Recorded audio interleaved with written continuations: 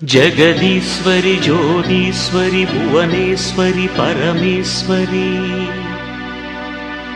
करुणेश्वरि काळीश्वरि पूर्णेश्वरि लोकेश्वरि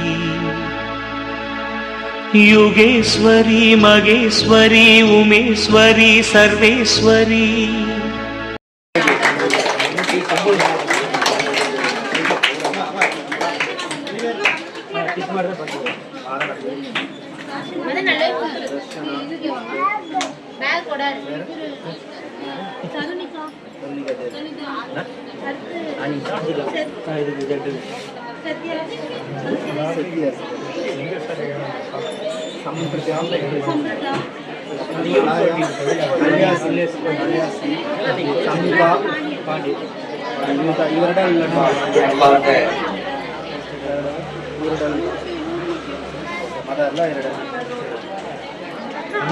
தேவாங்க முன்னேற்ற அமைப்பின் மாநில தலைவர் நண்பர் திரு விஜயகுமார் அவர்களே,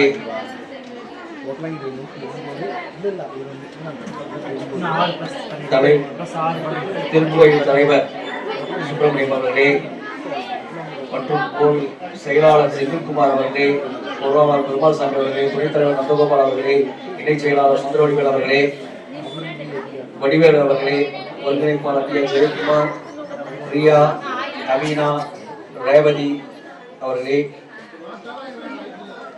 இந்த அமைப்பின் கௌரவ தலைவர் டாக்டர் ராமச்சந்திரன் அவர்களே, திருப்பூர் மாவட்ட ஒருங்கிணைப்பாளர் யுவராஜ் அவர்களே, சூலூர் தாலுகா தேவாங்கர் முன்னேற்ற அமைப்பின் ஒருங்கிணைப்பாளர் திரு விளம்பரம் ராமசாமி அவர்களே மற்றும் ஊர் செத்திமே அவர்களே, மேடையில் இருக்கக்கூடிய பெரியோர்களே, இந்த கூட்டத்தில் கலந்து கொண்டிருக்கக்கூடிய பெரியோர்களே, தாய்மார்களே, வருங்கால தூண்களே, அனைவரும் எனது முதற்கண் வணக்கம். அமைதியாருங்க, அமைதியாருங்க.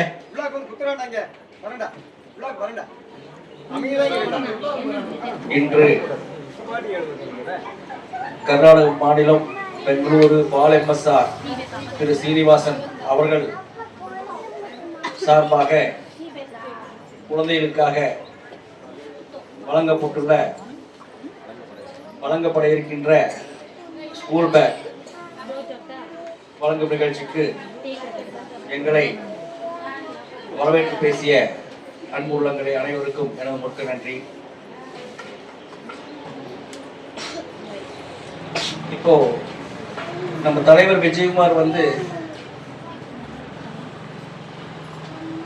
எனக்கு ஒரு 30 வருஷமா நண்பருங்க. 30 வருடத்துல பார்க்கும்போது நாங்கள் அடிக்கடி இந்த மாதிரி நம்ம சமுதாயத்துக்கு, நம்ம இந்த பிறந்த சமுதாயத்துக்கு நம்மளால என்ன செய்ய முடியும் அப்படிங்கிறத அப்பப்போ பேசிக்குவோம். பேசும்போது ஏதாவது செய்யலாம் விடுங்கண்ணா அப்படின்னு சொல்லி தான் ஒவ்வொரு தடையும் நிறைய போராட்டத்தின் பேரில் நிறைய பிரச்சனைகளை சந்திச்சு இந்த லெவலுக்கு நம்மளுக்கு சமுதாயத்தை இந்த அமைப்பை ஒரு பிளாட்ஃபார்மாக பயன்படுத்தி, இது இட்ஸ் எ பிளாட்ஃபார்ம், ஒருங்கிணைப்பு பண்ணக்கூடிய ஒரு அமைப்பு தான் இந்த தேவாங்க முன்னேற்ற அமைப்புங்கிறது. இந்த பிளாட்ஃபார்ம் மூலியமா யாரு கொடுத்தாலும் வாங்கி நம்ம சமுதாய மக்களுக்கு பயன்படணும் நல்லெண்ணத்தின் அடிப்படையில தான் நம்ம தலைவர் இந்த மாதிரி ஒவ்வொரு ஊரா போய் நம்ம மக்களை, நம்ம இன மக்களை பார்த்து பேசி அவங்க யாரெல்லாம் கஷ்டப்பட்டு இருக்காங்க அப்படிங்கிறதையெல்லாம் கலெக்ட் பண்ணி ஒவ்வொன்றும் செஞ்சுட்டு இருக்காரு. இந்த பேக் கொடுக்கறதே நாளைக்கு வேற இன்னும் கல்வி பரிசு மாதிரி எல்லாம் கூட வர்றதுக்கு வாய்ப்பு இருக்கு. இதெல்லாம் உங்களோட ஒத்துழைப்பு முதல்ல முக்கியம். நம்ம சில இடத்துல பார்த்தீங்கன்னா நம்ம நிறைய ஏற்கனவே நம்ம தலைவர் சொன்ன மாதிரி அழகா சொன்னார் அவர், நம்ம பிளாட்ஃபார்முங்க, இதை பயன்படுத்தி நம்ம சமுதாயத்துக்கு என்ன செய்ய முடியுமோ அதை நம்ம செய்யணும். அதுதான் நான் வாழ்க்கையில் நான் செய்ய வேண்டிய பெரும் பாக்கியமாக இருக்கணும் அப்படிங்கிறத சொல்லிட்டு இந்த வேலையை செய்கிறேன். இதில் நம்ம சில இடத்துல நம்ம அதிகமாக மக்கள் தொகை இருந்து கூட நம்ம ஆளுங்க ஆட்சி அதிகாரத்தில் வர முடியறதில்ல. காரணம் நம்மளுக்குள்ளேயே போட்டி போகிறாங்க. இப்போ சில சின்ன கருத்து வேறுகள் இருந்தால் கூட அதையெல்லாம் ஒதுக்கி தள்ளி வச்சு நம்ம சமுதாயம் முன்னேறணும். ஒவ்வொருத்தரும் மன ரீதியாக நினைச்சீங்கன்னா போதும், நிச்சயமா நம்ம ஒரு சமுதாயத்தை முன்னேற்ற முடியும். ஏன்னா நம்ம பிறந்த சமுதாயத்துல இன்னைக்கு நான் எப்படி இந்த மாதிரி முன்னாடி நிற்கணும், அது மாதிரி நானும் உங்களை மாதிரி சாதாரண ஒரு குடும்பத்திலிருந்து வந்தவன் தான். சிரமப்பட்டு தான் வெளியூர் தான் நான் படித்தேன். இந்த மாதிரி ஒரு சூழ்நிலைக்கு வந்தேன். இன்னைக்கு திருப்பூர் வரவும் சொல்கிற அளவுக்கு பேரெடுத்துன்னா நிச்சயமா நம்மளோட சமுதாயத்தில் இருக்கக்கூடிய ஆதரவும் உங்களோட வளர்ப்பு தான் காரணம். அது மாதிரி இங்க இருக்கக்கூடிய ஒவ்வொருத்தருக்கும் ஒரு லட்சியம் இருக்கும். நான் டாக்டர் ஆகணும், வக்கீல் ஆகணும், என்ஜினியர் ஆகணும், அரசியல்வாதி ஆகணும், தொழில் முனைவோர் ஆகணும் அப்படின்னு எவ்வளவோ கனவு இருக்கும். ஆனா அதுக்கெல்லாம் என்ன பண்ணணும், அடிப்படை வந்து கல்வி தான். கல்வி நல்லபடியா படிச்சீங்கன்னா ஒரு பெரிய ஒரு உத்தியோகத்திலேயோ அல்லது பெரிய ஒரு அட்மினிஸ்ட்ரேஷன், அதை நிர்வாகம் செய்யக்கூடிய ஒரு துறையிலையோ நம்ம ஒரு பொறுப்பு வச்சுட்டு அந்த சிறப்பாக நடத்த முடியும். நமக்குள்ள இந்த சின்ன பிரச்சனைகளை இது பண்ணா என்னன்னா ஊரு 2 வட்டா கூத்தாடி கொண்டாட்டம்னு சொல்லுவாங்க. அந்த மாதிரி ஊரை பிரிச்சு விட்டு தான் வந்து அரசியல்வாதிக மீன் பிடிச்சி விளையாடுறாங்க. அதை நான் புரிஞ்சுக்கிறதே ரொம்ப பாதி பேர் புரிஞ்சுக்கிறதே இல்லை. ஏன்னா கடைசி நேரத்துல வந்து ஓட்டு போடுறதுக்கு ஒரு குவார்டரும் பிரியாணியும் கொடுத்து ஓட்டு வாங்குற காலம் இது. நம்ம அதுக்கெல்லாம் நாம அடிமைப்பட்டவங்க கிடையாது. நம்மளுக்கு சுய புத்தி ஒன்று இருக்கு. நம்ம யோசிச்சு யார் நம்ம சமுதாயத்துக்கு வந்து நல்லது செய்யறாங்கன்னு சொல்லி யோசிச்சு முடிவு பண்ணி ஓட்டு போடுவீங்கன்னு நான் நினைக்கிறேன். ஏன்னா அப்படி பண்ணினா மட்டும்தான் நம்ம சமுதாயம் மேல், அதாவது நம்ம நாட்டு மக்களும் சரி நம்ம சமுதாயம் சரி உயர்நிலைக்கு வருங்கிறது எந்தவித அச்சமும் இல்லை. ஏன்னா இங்க பாத்தீங்கன்னா இன்னைக்கு இளம் சமுதாயம் வந்து போதையான பாதை மாறிட்டு இருக்கு. அது உங்களுக்கு தெரியாத விஷயம் இல்லை. பெத்தடின், ஹெராயின், இந்த மாதிரி போதைப் பொருட்கள் வந்து பிராந்தி கடை இந்த மாதிரி நிறைய இருக்கு. எந்த காரணத்துக்கு கூட அதெல்லாம் நம்மளுக்கு வேண்டாங்க. நமக்கு சம்மந்தம் இல்லாத விஷயம் அது. ஏன்னா அந்த மாதிரி இருக்குன்னா நம்ம நண்பர்களாக இருக்கக்கூடியவங்க திருத்த முயற்சி பண்ணுங்க, வீட்டில் சொல்லி திருத்த முயற்சி பண்ணுங்க. அதே மாதிரி பெண் பிள்ளைகள் பார்த்தீங்கன்னா பாதுகாப்பு இன்னைக்கு கேள்விக்குறியா இருக்கு. இன்னைக்கு பார்த்தீங்கன்னா அண்ணா யூனிவர்சிட்டியில் அந்த மாதிரி ஒரு பிரச்சனை இருக்கு. காரணம் என்ன? தயவுசெய்து எந்த காரணத்துக்கு கொண்டு நம்ம பெண் பிள்ளைகள் வந்து தனிமை நாடி போகாதீங்க. எந்த சூழ்நிலையிலையும் உங்களோட ஒரு நட்போ, இது நிறைய செயலிகள் இருக்கு, காவல்துறை செயலிகள் இருக்கு. அதெல்லாம் உங்களோட செல்போன் இருந்துச்சுன்னா, காலேஜ் படிக்கும்போது செல்போன் இருந்துச்சுன்னா செல்போன் தயவுசெய்து முடிஞ்சாலும் செல்போன் அவாய்ட் பண்ணுங்க. ஆனா இன்னைக்கு படிப்பே வந்து செல்போனை நம்பித்தான் இருக்குங்கிற சூழ்நிலை செல்போனு சில அவசர உதவி எண்கள் எல்லாம் இருக்கு. ஏன்னா அது அதாவது மக்கள் நண்பன் சொல்லிட்டு சில செல்போன் செயலி அதெல்லாம் என்னென்ன நெட்ல போய் பார்த்து அதை டவுன்லோட் பண்ணி வச்சு நேரம் ஏதாவது இஷ்யூ பிரச்சனை போகிற இடத்துல ஒரு பிரச்சனை அப்படிங்கிற பட்சம் நேராக போலீஸ் ஸ்டேஷன் நீங்கள் ஃபோன் பண்ணி விடலாம். அந்த எமர்ஜென்சி நம்பர் சந்திச்சிட்டிங்கன்னா உடனே போலீஸ் ஸ்டேஷனுக்கு போயிடும். உடனே அடுத்த 10 நிமிஷம் உங்களுக்குலாம் இந்த காவல்துறையில் வந்து பாதுகாப்பு கொடுப்பாங்க. அதனால அந்த மாதிரி நிறைய பெங்களூர் இப்போ ஒரு நடந்த சின்ன சம்பவம் அந்த மாதிரி நடந்தது. ஒரு ஆட்டோவில் லிஃப்ட் கேட்டு போகிறாங்க, வழி மாதிரி வேற இடத்துக்கு போகிறாங்க. இது தெரிஞ்சுன்னு அந்த ஆப்பில் வந்து அவங்க மெசேஜ் கொடுத்துட்டாங்க. உடனே அடுத்த 10 நிமிஷம் வந்துடுறாங்க. பிரச்சனை ஆரம்பிக்கு முன்னாடியே வந்துடுறாங்க. இதெல்லாம் ஏன் இதெல்லாம் நீங்கள் வந்து தெரிஞ்சுக்கணும். இந்த பாசிட்டிவான விஷயத்தை நீங்கள் தெரிஞ்சுக்கிட்டீங்கன்னா உங்களுக்கு பாதுகாப்புங்கிறது இந்திய அளவும் பிசகாது. அதனால நீங்கள் அதாவது இப்போ பிரச்சனை குழந்தைகளா இருக்கும்போது நல்லா விளையாடுங்க அப்படின்னு சொல்றாங்க. எல்லாம் நான் செல்போன்ல பப்ஜி விளையாடுறேங்கிறாங்க. பப்ஜி எல்லாம் சாமி வெளியே போய் ஓடியாடி விளையாடணும். Physical work. ஓடியாடி விளையாண்டிங்கன்னா உடம்பு டயர்டாகும், ரத்த ஓட்டம் சீராகும். ரத்த ஓட்டம் சீராகும் போது படிப்புக்கு கான்சன்ட்ரேஷன் ஆகும். சதுரங்கம் விளையாண்டிங்கன்னா, செஸ் விளையாண்டிங்கன்னா மைண்ட் ஷார்ப் ஆகும். இந்த மாதிரி அவுட்டோர் கேம்ஸும் அந்த மூளைக்கு வேலை கொடுக்குற மாதிரி பண்ணணும். நீங்கள் செல்ஃபோனும் கம்ப்யூட்டரும் இதுக்கெல்லாம் நானிங்கன்னா மந்தத்தன்மை தான் வரும். அதே மாதிரி மற்ற பசங்களோடையும் மற்ற உறவினர்களோடையும் யாராவது வந்து பழகினீங்கன்னா தான் இந்த உணர்வுகளோட வெளிப்பாடு என்னன்னு தெரியும். ஒரு சந்தோஷமா இருக்காங்களா, அவங்களுக்கு என்ன பிரச்சனை அப்படின்னு உணர்வுகளோட ஒன்றி போக முடியும். இன்னைக்கு பார்த்தீங்கன்னா ஒவ்வொரு வீட்டில் என்ன நடக்குது, ஒரு கெஸ்ட் வந்தாங்கன்னா பையன் பாட்டுக்கு செல்ஃபோன் ஆடிட்டு இருப்பான். ஏய் சொந்தக்காரங்க வந்துருக்காங்களா, இதுதான் பண்ணிட்டு இருக்காங்க. ஆனா அந்த இதையெல்லாம் விட்டுட்டு தயவு செய்து உறவினர் வந்தாலும் சரி, யாரு வந்தாலும் அவங்களோட அளவலாக பழகுங்க, நல்லா பேசி பழகுங்க, மனசு விட்டு பழகுங்க. அதே போல நல்ல நட்புகளை உருவாக்கி கொள்ளுங்க. நீங்க படிப்பு சம்பந்தமா எதை வேணாலும் நீங்க முயற்சி பண்ணுங்க. நீ நிறைய இலவச கோர்ஸ் ஆன்லைன்ல நிறைய இருக்கு.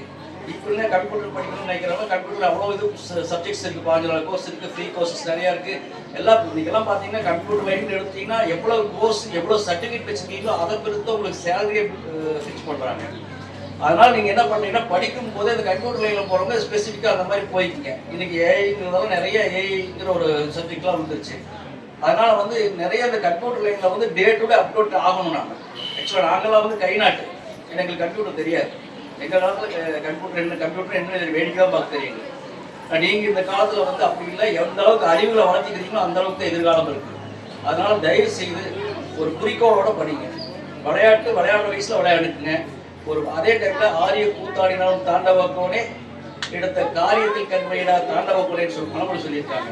நம்ம என்ன வேணாலும் இருக்க உங்களோட குறிக்கோள் என்னவோ அதைத்தான் நீங்கள் வந்து ஃபிக்ஸ் பண்ணிக்கணும். ஃபிக்ஸ் பண்ணிவிட்டு நீங்கள் அந்த படிப்புலேயும் உங்களோட எய்ம்லேயும் எந்த சோடம் போகாமல் நல்லபடியாக படித்து ஒரு பொசிஷனுக்கு வருவீங்கன்னு நான் நம்புகிறேன். அதுக்கு அடுத்தது நான் வக்கீலாக வர்றதுக்கு முன்னாடி, அதாவது 30 வருஷத்துக்கு முன்னாடி பார்த்தீங்கன்னா குடும்பத்தில் பார்த்தீங்கன்னா டைவர்ஸ் அந்த மாதிரிங்கிற கேஸ் பார்த்தீங்கன்னா ஒற்றை இலக்க எண்ணிக்கையில் தான் இருக்கும். ஆனால் இன்னைக்கு அப்படி இல்லை. இது பார்த்தீங்கன்னா கிட்டத்தட்ட 1000 கேஸ் பக்கத்தில் வருஷத்துக்கு வருது. என்ன காரணம்? யாருமே மனசு விட்டு பேசுறதில்லை. இயந்திரத்தனமான வாழ்க்கை, பணத்துக்கு முக்கியத்துவம் கொடுத்தா உறவுக்கு இங்கே மதிப்பு இல்லாமல் போயிடுங்க. தயவு செய்து ஒவ்வொருத்தரும் மனசு விட்டு பேசுங்க. குழந்தைங்களா இருந்தாலும் சரி, பெரியவங்களா இருந்தாலும் சரி, ஹஸ்பண்டோட கணவன் மனைவி 2 பேர் மனசு விட்டு பேசுங்க. குழந்தைகளோட சேர்ந்து ஒட்டுக்கா ஒரு நேரமாக உணவு இருந்து பழகுங்க. இதெல்லாம் வந்து நம்ம செய்யக்கூடிய நடைமுறைகளை நீங்கள் பழக்கப்படுத்தி பாருங்க. உங்களுக்குள்ள பாசங்கள் எப்படி டெவலப் ஆகுதுன்னு உங்களுக்கு தெரியும். ஏன்னா இது வெளியே சொல்லிக்கலாம், ஏதோ பேசுறாரு, ஏதோ கதை பேசுறாரு, கேட்டு போறோம்னு நினைக்கலாம். ஆனால் உண்மையாக அவர் செஞ்சு பாருங்க, அப்பதான் அவருக்கு தெரியும். அதாவது ஒரு சின்ன ஒரு ஏழை குடும்பத்தில் நீங்கள் எடுத்துட்டீங்கன்னா ஒட்டுக்கா சாப்பிடும்போது பார்த்தீங்கன்னா சாப்பாடு குறைவாக வந்து அதை பகிர்ந்து கொண்டுருவாங்க. ஆனால் இப்போ அப்படியே நம்ம சௌரியத்துக்கு வரோம், போகிற சாப்பாடு வேஸ்ட் ஆகுது. ஒரு சில டைமில் பத்தாமல் போது அதை பற்றி யாருக்கு இருக்குன்னு சொல்லாமல் சாப்பிட்டு போகிறோம்.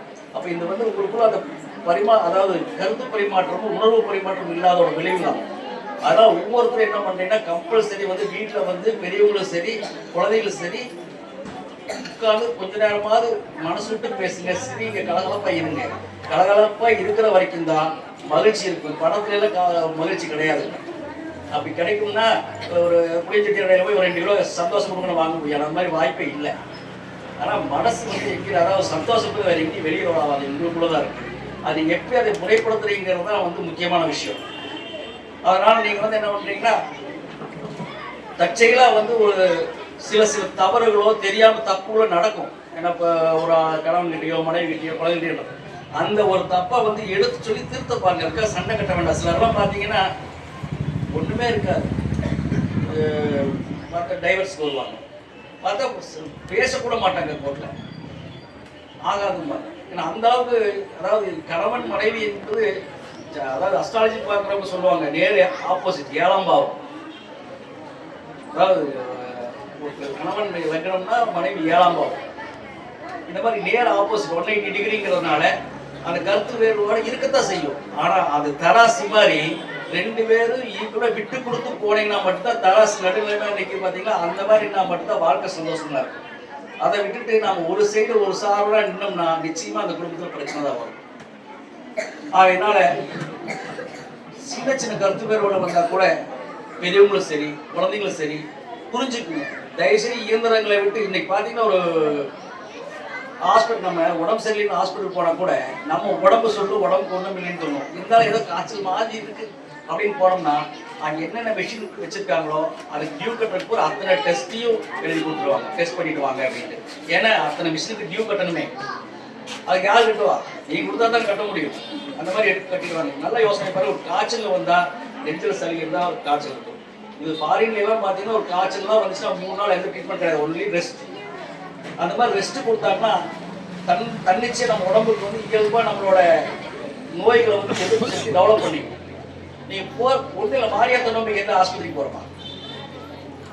போகிறது இல்லை, தன்னிச்சையாக சரியாக இருந்தானே. அப்போ அது 3 நாளோ 5 நாளோ 7 நாளோ அந்த தீவிரத்தன்மை பொறுத்து, நோயின் தீவிரத்தை பொறுத்து தான் இருக்குது. அதே மாதிரி ஒவ்வொரு நோய்க்கும் நம்ம உடம்புக்கு எதிர்ப்பு சக்தி இருக்குது. அதனால் நாம் வந்து முதல்ல நம்மளை நம்பணும். முதல்ல நமக்குள்ள நம்ம உணர்வு நம்ம உடம்பு என்ன சொல்லுது, உணர்வு என்ன சொல்லுதோ அதுக்கு மரியாதை இருந்தீங்கன்னாவே போதும். அதுக்காக தான் அந்த உணர்வை வளர்த்தீங்க. நிறைய பேருக்கு என்னென்னா டிவி ஓடிட்டு யார் உள்ள வந்து எடுத்து போனான்னு ஒன்றுமே தெரியாது. அந்த அளவுக்கு அந்த டிவிலையும் செல்ஃபோனையும் மூடி இருக்காங்க. தயவுசெய்து அதை வந்து தயவுசெய்து குழந்தைங்களா பப்ஜி இந்த மாதிரியான விளையாட்டுகளை தயவுசெய்து விடுங்க. டிவி விடுங்க, சீரியல் விடுங்க. சீரியல் ஏதாவது ஒரு நல்ல வழக்கு சொல்கிறானா டிவியில், ஏதாவது அவனை எப்படி கொள்றது, அவனை எப்படி அடிக்கிறது, இந்த மாதிரி ஏதாவது ஒரு நல்ல விஷயத்தை போட்டு. அந்த காலமெல்லாம் மலையேறி போச்சு. அன்னைக்கெல்லாம் பார்த்தீங்கன்னா தெய்வ சம்மந்தப்பட்ட படங்கள் மட்டும்தான் இருக்கும், ஒரு நல்வழிப்படுத்தக்கூடிய படங்கள் தான் இருக்கும். ஆனால் இன்னைக்கு அப்படி இல்லை. சீரியல் சரி, அதாவது என்ன மனசு கரெக்டாக 6 மணி ஆனால் தான் சாவ செய்தி போடுவான். ஒப்பாரி வைக்கிற மாதிரி போட்டு நீங்கள் வாட்ச் பண்ணுங்க. இதெல்லாம் சும்மா தமாசு இல்லை. நீங்கள் ஒருத்தர் வாட்ச் பண்ணி பாருங்க. 6 மணி ஆகட்டும், ஏதோ சேனல் ஆன் பண்ணி பாருங்க. சன் டிவியில் வேறு ஏதோ சேனல் ஆன் பண்ணுங்க, குழந்தை வச்சு அழுகிற மாதிரி போடுவாங்க. அதாவது மக்களை வந்து எப்படியாவது சிந்திக்கிறதுல இலக்க வைக்கணும். அதுக்காக தான் பிராண்ட் கடைகள்லாம் யோசிச்சா அவங்க ஜெயிக்க முடியாது. அதனால தான் சொல்கிறேன், தயவு செய்து நீங்கள் அந்த மாதிரியான போதை வஸ்துக்கு அடிமையாயிடாதீங்க. டிவி ஒரு வகையான போதை தான், டிவி செல்ஃபோன் ஒரு போதை தான். அதுக்குன்னு ஒரு சில டைம் வச்சுங்க, அதுக்குள்ள வச்சுங்க. நிறைய பேர் இந்த ஸ்டாமினேட்டை வச்சுட்டே கொடுப்பாங்க. அதெல்லாம் கல்வி இயக்கத்தில் நிறைய பாதிப்பு வருங்க. ஆனால் யாரும் அதை புரிஞ்சுக்கிறது இல்லை. அது நாளடைவில் வரும்போது அது ஒரு சிலர் பெருமையாக சொல்லிக்கிறாங்க. நான் வந்து கேஜியில் போய் ட்ரீட்மெண்ட் எடுத்தேன், எனக்கு இந்த ஹாஸ்பிட்டலில் வந்து ட்ரீட்மெண்ட் சொல்லி டாக்டர் இல்லையா, கேஜியில் போய் பெருமையாக சொல்லிக்கிறேன். பெரிய சில டீ கடை 5 ரூபா டீயில் போய் சக்கரை டீ தான். ஆனால் 100 ரூபா ஸ்டார் ஹோட்டலில் போய் சாப்பிட்டோம்னா டீ தூள் தனியாக சக்கரை தனியாக சுடுதண்ணி தண்ணி தர்றாங்க. நம்ம கலந்துக்கிறோம். ஆனால் பெருமையாக சொல்கிற ஸ்டார் ஹோட்டலில் போய் டீ சாப்பிட்டோம். ஆக நம்ம எண்ணங்கள் தான் வந்து வாழ்க்கை. எண்ணங்களை நல்லபடியாக மேம்படுத்துங்க, நிச்சயமாக வாழ்க்கை சந்தோஷமா இருக்குது. தயவுசெய்து மனிதர்களோட பழகுங்க, விட்டு கொடுத்து வாழுங்க. விட்டு கொடுப்பவர்கள் விட்டு போவதில்லை. இதுதான் தாரக மந்திரம். அதனால உங்களுக்கு எந்த ஒரு பிரச்சனைனாலும் எங்களோட ஆலோசனை தேவைன்னா 24 மணி நேரம் எப்போ கூப்பிட்டாலும் நாங்கள் உங்களுக்காக சர்வீஸ் பண்ண தயாராக இருக்கிறோம். ஏன்னா நான் சார்ந்த சமயத்துக்கு ஏதாவது செய்யணும். இதே கொள்கையில் தான் நம்ம தலைவர் விஜயகுமார் சொல்றாங்க, நம்ம எங்கெங்கன்னா நம்மளுக்கு இருக்கிற உதவி நம்ம ஜனங்களுக்கு வந்து என்னென்ன பண்ண முடியும், உதவிகள் வாங்க முடியுமோ வாங்கி யாரெல்லாம் கஷ்டப்படுறவங்களுக்கெல்லாம் சப்போர்ட் பண்ணுவோம். இதே மாதிரி நீங்களும் வந்து இங்கே இருக்கக்கூடிய ஆண்களும் சரி, பெண்களும் சரி, குழந்தைங்களும் சரி, தானாகவே நீங்கள் முன் வந்து இந்த மாதிரி இதை எங்களோட அமைப்பில் பங்கெடுத்துக்கணும்னு சொல்கிறேன். ஏன்னா இது வந்து ஒரு கை ஓசை வராது, நீங்களும் சேர்ந்தாதான் வந்து ஓசை வரும். அதனால் நீங்கள் எல்லாமே வாலண்டியாக கலந்துக்கிட்டு இந்த அமைப்பை முன்னெடுத்து செல்வதன் மூலியமா இந்த மாதிரி நிறைய சோசியல் சர்வீஸ் எல்லாம் செய்யணும். இது கிட்டத்தட்ட மக்கள் பணி மகேசன் பணின்னு சொல்லுவாங்க. இந்த சேவை தான். நம்ம யாருமே யாருக்கு சம்பளம் கிடையாது, எங்களுக்கெல்லாம் சம்பளம் கிடையாது, நாங்கள் சொந்த காசு வச்சு தான் வரோம். இதனால எங்களுக்கு ஆதாயமெல்லாம் எதுவும் கிடையாது. இதை வந்து வாழ்க்கையில் நம்ம ஒவ்வொருத்தரும் மனசில் நினச்சிட்டு ஏதாவது ஒரு சேவை பண்ணுங்க, ஒரு சர்வீஸ் பண்ணுங்க. அதன் மூலியமா நம்ம சமுதாயம் நல்லா இருக்கும். அதே மாதிரி நம்ம சமுதாயத்தில் எந்தெந்த வகையிலெல்லாம் மேலே கொண்டு வர முடியும் அந்த மாதிரி கொண்டு வந்தால் தான் நம்ம சமுதாயம் நிச்சயமாக ஒரு நாள் வந்து டாமினேட்டடாக இருக்குன்னு சொல்லி அந்த மாதிரி ஒரு அமைப்பை நம்ம அமையணும்னு சொல்லி இறைவனை வேண்டி அனைவருக்கும் நன்றி கூறி விடைபெறுகிறேன். நன்றி, வணக்கம்.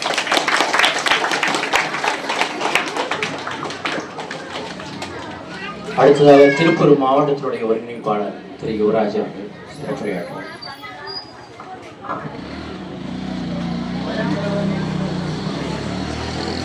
ஜெய் சாமுண்டி, ஜெய் சௌடேஸ்வரி, ஜெய் தேவாங்க.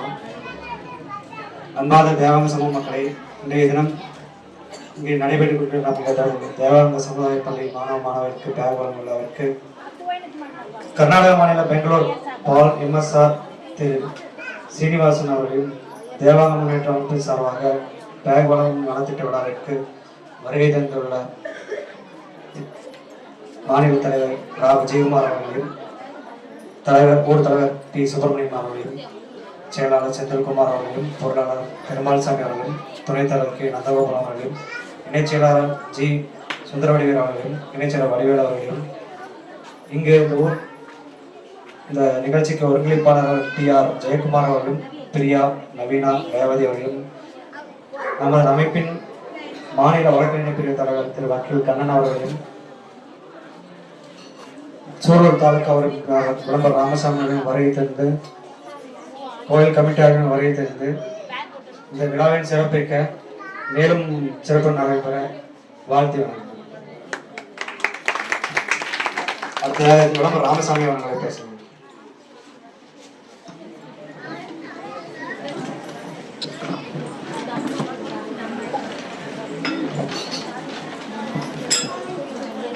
கர்நாடக மாநிலம் பெங்களூர் பால் MSR திரு சீனிவாசன் மற்றும் தேவாங்க முன்னேற்ற அமைப்பின் சார்பாக இலவச பேக் வழங்கும் நலத்திட்ட விழாவுக்கு இங்கே வருகை தந்து தலைமை தாங்கி கொண்டிருக்கின்ற தலைவர் திரு விஜயகுமாரன் அவர்களை மற்றும் திருக்கோவில் கமிட்டி தலைவர் சுப்பிரமணியம் அவர்களை மற்றும் முன்னிலை வைக்கின்ற செயலாளர் செந்தில்குமார் அவர்களை, பொருளாளர் பெருமாள்சாமி அவர்களை மற்றும் நம்ம அமைப்பின் மாநில வழக்கறிஞர் பிரிவு தலைவர் திரு வக்கீல் கண்ணன் சார் அவர்களை, திருப்பூர் மாவட்ட ஒருங்கிணைப்பாளர் திரு யுவராஜ் அவர்களை,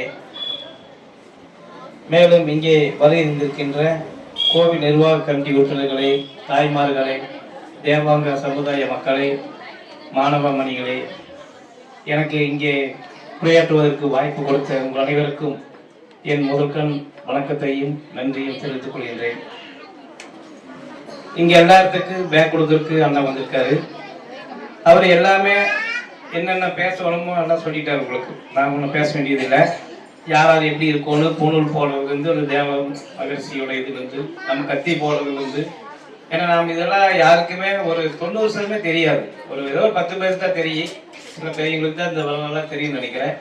ஆனால் அவர் எல்லா பக்கமும் இதையே நம்ம தேவாங்க மக்களுடைய வரலாறை எடுத்து தெளிவாக சொல்லிட்டு இருக்காரு. அதனால் அவர் நம்ம பாராட்டலாம். இதோடு மட்டுமல்ல, அவர் நம்ம தேவாங்க மக்கள் மேலே ஒரு அன்பற்ற அதிக அளவான பாசம் வச்சிருக்காரு. நல்ல முதல்ல சவுடேஸ்வரி மன்ற மாநில நிர்வாகி இருந்தார், இப்போ மாநில தேவாங்க முன்னேற்ற பேரை வச்சிருக்காரு. அவர் என்னன்னா நம்ம ஆளுங்க அவரை யூஸ் பண்ணிக்கணும்னு சொல்றாரு. நம்ம ஊருக்குள்ள நம்ம ஆளு இருந்தா எப்படி தான் பிரச்சனை இருக்கு இல்லைன்னு சொல்லல. அதுபோக வேற பிரச்சனை வந்துன்னா நம்ம வக்கீல் தான் நம்ம சார் இருக்காருங்க, அவர் இருக்காங்க, நம்மளுக்கு எப்படி இருந்தாலுமே ஏதோ ஒரு பிரச்சனை வரதான் செய்யும். அப்போ நீங்கள் அவங்க யூஸ் பண்ணிக்கங்க. கண்டிப்பாக அவங்க எந்த நேரத்தையும் கூப்பிட்டாலும் வந்து உங்களுக்கு உதவி பண்ணுறதுக்கு தயாராக இருக்காங்க. உதாரணத்துக்கு சொல்ல போனால் இப்போ கணக்கம்பாளையம் இந்த தட்டாங்கோட்டையில் ஒரு கோவிலை கட்டி சாமி கும்பிட்டுருக்கிற நம்ம தேவாங்க மக்கள் அதை இடிக்கொண்டு வந்துட்டாங்க. ஆனால் இவங்க 2 பேரும் போய் தான் நைட்டு 12 மணி வரைக்கும் தான் தாசில்தார் வந்து கலெக்டர் வந்து தடுத்து நிறுத்தி இப்போ இந்த கோயில் போஸ்ட் நடந்துட்டு இருக்குது. நம்ம கண்ணன் சார் வந்து அந்த கேஸை நடத்திட்டு இருக்காரு, இலவசமாக நடத்தி கொடுத்துருக்காரு.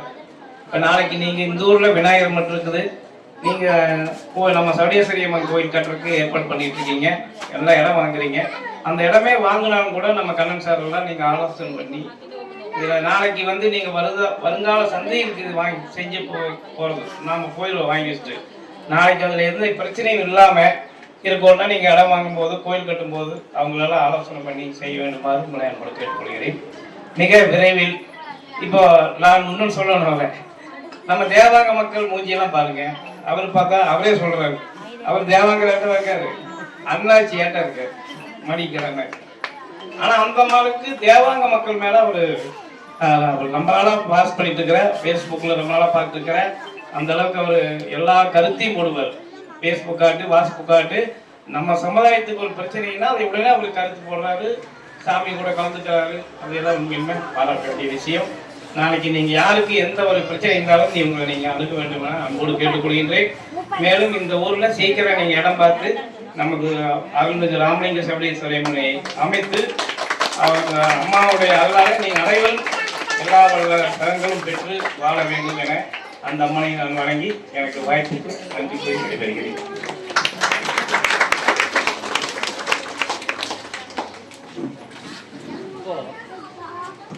இது